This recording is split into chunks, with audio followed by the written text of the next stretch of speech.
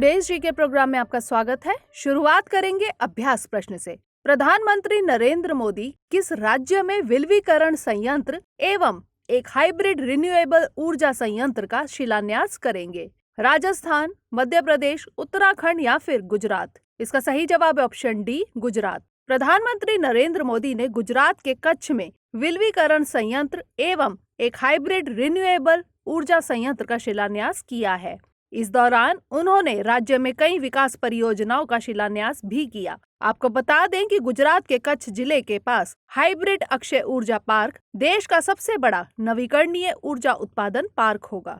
यहाँ 30 गीगावाट तक नवीकरणीय ऊर्जा का उत्पादन संभव हो सकेगा। 72,600 हेक्टेयर से भी ज्यादा बड़े क्षेत्र में फैले इस पार्क में पवन और सौर ऊर्जा संचय के लिए हाइब्रिड पार्क क्षेत्र होगा। इसके साथ ही पवन ऊर्जा पार्क की गतिविधियों के लिए भी यहाँ एक विशेष क्षेत्र होगा। तो इस तरह इस प्रश्न का सही जवाब है ऑप्शन डी।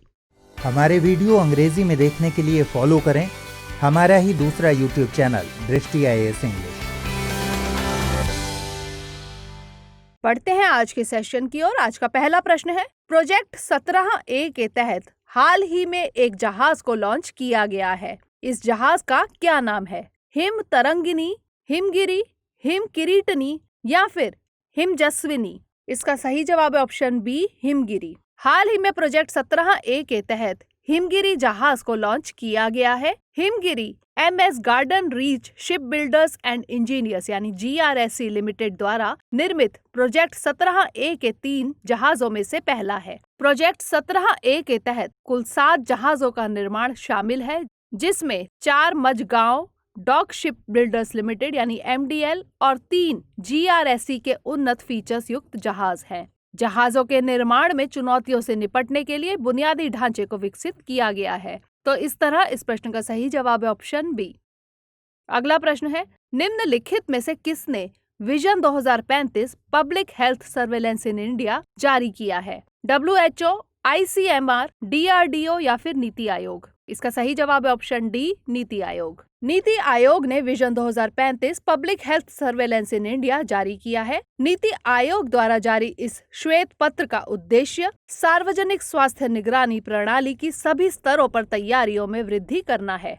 यह श्वेत पत्र निम्न दृष्टिकोणों से कार्य करेगा। पहला, भारत की सार्वजनिक स्वास्थ्य निगरानी प्रणाली को उत्तरदायी बनाना। दूसरा, व्यक्तिगत गोपनीयता को सुनिश्चित करना। तीसरा, केंद्र और राज्य सरकारों के बीच बेहतर डाटा साझा करने का तंत्र। और चौथा, सार्वजनिक स्वास्थ्य आपातकाल का गठन करने वाली घटनाओं के प्रबंधन में क्षेत्रीय और वैश्विक नेतृत्व। संक्रमण की चेन को तोड़ने के लिए एक लचीली निगरानी प्रणाली का सृजन करना महत्वपूर्ण है। तो इस तरह इस प्रश्न का सही जवाब है ऑप्शन डी।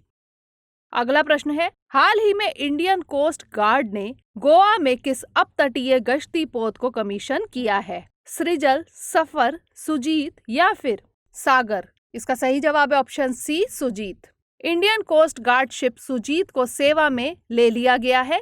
यह 5 अपतटीय पेट्रोल वेसल्स की श्रृंखला में दूसरे नंबर का शिप है। गोवा शिपयार्ड लिमिटेड ने इस गश्ती पोत का निर्माण किया है। यह पूरी तरह से स्वदेशी तकनीकी पर आधारित है, जो कि प्रधानमंत्री नरेंद्र मोदी के मेक इन इंडिया विजन के अनुरूप है। तो इस तरह इस प्रश्न का सही जवाब है ऑप्शन सी। अगला प्रश्न है, खबरों में रहा सैन इसिद्रो आंदोलन किस देश से संबंधित है? जापान, चीन, क्यूबा या फिर ब्राजील? इसका सही जवाब है ऑप्शन सी, क्यूबा। क्यूबा का सैन इसिद्रो आंदोलन खबरों में है। क्यूबा में लगभग 6 दशक से ऑथोरिटेरियन कम्युनिस्ट यानी सत्तावादी साम्यवादी व्यवस्था चल रही है। इसी व्यवस्था के विरोध में यहाँ के कलाकारों और एक्टिविस्ट ने मिलकर एक अभियान शुरू किया था। 2 साल पहले शुरू इस आंदोलन को राज्य द्वारा कलाकारों पर लगाई गई रोक का विरोध करना है। बता दें कि 2018 में स्थानीय सरकार ने एक खास कानून का इस्तेमाल कर देश में सांस्कृतिक गतिविधियों पर प्रतिबंध लगा दिया था। इस विरोध में बड़ी संख्या में आर्टिस्ट, कवि, पत्रकार आदि सैन इसिद्रो में एकजुट हुए। तो इस तरह इस प्रश्न का सही जवाब है ऑप्शन सी। अगला प्रश्न है, हाल ही में HD 106906b नामक एक बाह्य ग्रह खोजा गया है, जिसमें प्लैनेट 9 जैसी विशेषताएं पाई गई हैं। यह पृथ्वी से कितने प्रकाश वर्ष की दूरी पर है? 330 प्रकाश वर्ष, 336 प्रकाश वर्ष, 236 प्रकाश वर्ष या फिर 366 प्रकाश वर्ष? इसका सही जवाब है ऑप्शन बी, 336 प्रकाश वर्ष। हाल ही में HD 106906b नामक एक बाह्य ग्रह खोजा गया है जिसमें प्लैनेट 9 जैसी विशेषताएं पाई गई हैं। यह पृथ्वी से 336 प्रकाश वर्ष की दूरी पर देखा गया है। प्लैनेट 9 एक काल्पनिक ग्रह है जिसे पृथ्वी के आकार का 10 गुना माना जाता है। HD 106906b बृहस्पति के द्रव्यमान का 11 गुना है। HD 106906b का बाइनरी स्टार 15 मिलियन वर्ष पुराना है, जबकि सूर्य 4.6 बिलियन वर्ष पुराना है। प्लैनेट 9 2004 में हबल स्पेस टेलीस्कोप द्वारा ली गई छवियों में दिखाई दिया था। तो इस तरह इस प्रश्न का सही जवाब है ऑप्शन बी।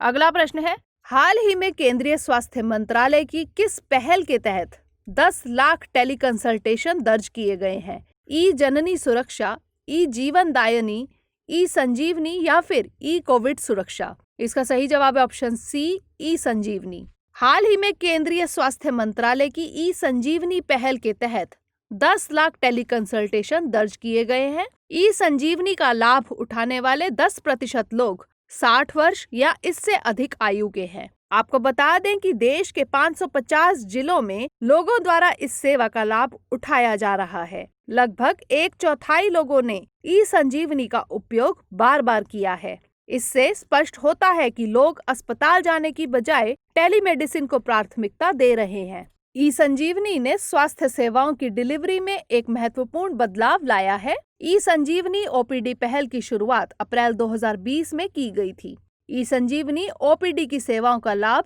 सीधे घर से उठाया जा सकता है। तो इस तरह इस प्रश्न का सही जवाब है ऑप्शन सी। अगला प्रश्न है, अंतर्राष्ट्रीय विज्ञान महोत्सव के 6ठे संस्करण की प्रचार गतिविधि को क्या नाम दिया गया है?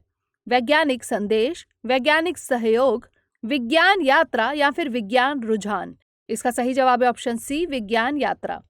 विज्ञान यात्रा भारतीय अंतर्राष्ट्रीय विज्ञान महोत्सव के 6ठे संस्करण की एक प्रचार गतिविधि है। इस महोत्सव का आयोजन विज्ञान और प्रौद्योगिकी मंत्रालय द्वारा किया जाता है। विज्ञान यात्रा का आयोजन वैज्ञानिक मानसिकता को बढ़ावा देने के लिए किया जा रहा है। इस अभियान के तहत कई वैन मोबाइल विज्ञान प्रदर्शनियों के रूप में काम कर रही हैं, जिन्हें विभिन्न शहरों से गुजरते हुए हरी झंडी दिखाई गई है। ये मोबाइल वैन सभी स्थानीय स्कूलों और विश्वविद्यालयों को कवर करेगी। भारतीय अंतर्राष्ट्रीय विज्ञान महोत्सव यानी इंडिया इंटरनेशनल साइंस फेस्टिवल विज्ञान और प्रौद्योगिकी को बढ़ावा देने के लिए एक उत्सव है। यह बताता है कि विज्ञान किस तरह से कम समय में भारत को विकास की ओर ले जा सकता है। तो इस तरह इस प्रश्न का सही जवाब है ऑप्शन सी। अगला प्रश्न है, education world India school ranking यानी EWISR में वर्ष 2020-21 के लिए ऑल बॉयज बोर्डिंग स्कूल की श्रेणी में भारत के किस स्कूल ने टॉप किया है?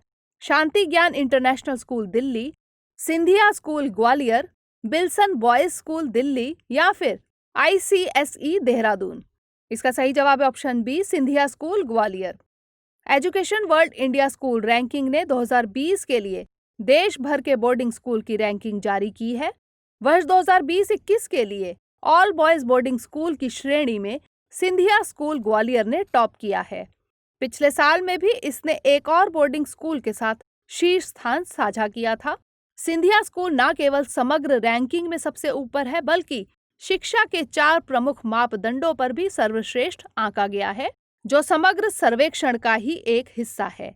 शैक्षणिक उत्कृष्टता यानी एकेडमिक एक्सीलेंस, शिक्षक कल्याण और विकास यानी टीचर वेलफेयर एंड डेवलपमेंट, छात्रों पर व्यक्तिगत ध्यान यानी इंडिविजुअल अटेंशन टू स्टूडेंट्स, नेतृत्व और प्रबंधन की गुणवत्ता यानी लीडरशिप एंड मैनेजमेंट क्वालिटी। तो इस तरह इस प्रश्न का सही जवाब है ऑप्शन बी। अगला प्रश्न है, हाल ही में एंटी ट्रस्ट एक्ट के तहत निम्नलिखित में से किसके खिलाफ एक एंटी ट्रस्ट मुकदमा दायर किया गया है? इंस्टाग्राम, फेसबुक, व्हाट्सएप या फिर गूगल? इसका सही जवाब है ऑप्शन बी, फेसबुक। हाल ही में यूएस के फेडरल ट्रेड कमीशन ने एंटी ट्रस्ट एक्ट के तहत फेसबुक के खिलाफ एक एंटी ट्रस्ट मुकदमा दायर किया है। यह कंपनी इंस्टाग्राम और व्हाट्सएप के अधिग्रहण के लिए सवालों के घेरे में है। मुकदमे के अनुसार फेसबुक के कई एक्शन उपभोक्ताओं को प्रतिस्पर्धा के लाभ से वंचित करते हैं। इसका उद्देश्य फेसबुक के प्रतिस्पर्धा विरोधी आचरण को खत्म करना है और प्रतियोगिता को बहाल रखते हुए नवाचार को बढ़ावा देना है। एंटी ट्रस्ट महाभियोग अधिनियम 1819 में पारित यूएसए का एक एंटी ट्रस्ट अधिनियम है। इसका मुख्य उद्देश्य अमेरिकी अर्थव्यवस्था में स्वस्थ प्रतिस्पर्धा को बढ़ावा देना था। तो इस तरह इस प्रश्न का सही जवाब है ऑप्शन बी। अगला प्रश्न है, हाल ही में रोड्डम नरसिम्हा जी का निधन हो गया है। वे किस क्षेत्र से संबंधित थे? मूर्तिकार, संगीत, लेखन या फिर अंतरिक्ष वैज्ञानिक? इसका सही जवाब है ऑप्शन डी, अंतरिक्ष वैज्ञानिक। हाल ही में देश के प्रख्यात अंतरिक्ष वैज्ञानिक रोड्डम नरसिम्हा जी का निधन हो गया है। उन्होंने प्रतिष्ठित भारतीय विज्ञान संस्थान यानी IIS में अपनी सेवाएं दी। अंतरिक्ष विज्ञान के क्षेत्र में उनके योगदान के लिए 2013 में उन्हें पद्म विभूषण से सम्मानित किया गया था। हाल ही में ऑस्ट्रेलिया के पूर्व क्रिकेट खिलाड़ी एरिक फ्रीमैन का भी निधन हो गया है। वे ऑस्ट्रेलिया के ऑलराउंडर खिलाड़ियों में से एक थे। तो इस तरह इस प्रश्न का सही जवाब है ऑप्शन डी। अब बारी है आज के अभ्यास प्रश्न की। भारतीय मौसम विज्ञान सोसाइटी यानी IMS द्वारा किसके सहयोग से ट्रॉपिकल मीटियोरोलॉजी यानी ट्रॉपमेट 2020 पर 4 दिवसीय वर्चुअल सिंपोजियम का आयोजन किया जा रहा है? NITI Aayog, north eastern space application centre, ISRO या फिर DRDO? इसका उत्तर हमें कमेंट सेक्शन में जरूर भेजिएगा। अगले सेशन में नए प्रश्नों के साथ मिलेंगे, तब तक के लिए धन्यवाद।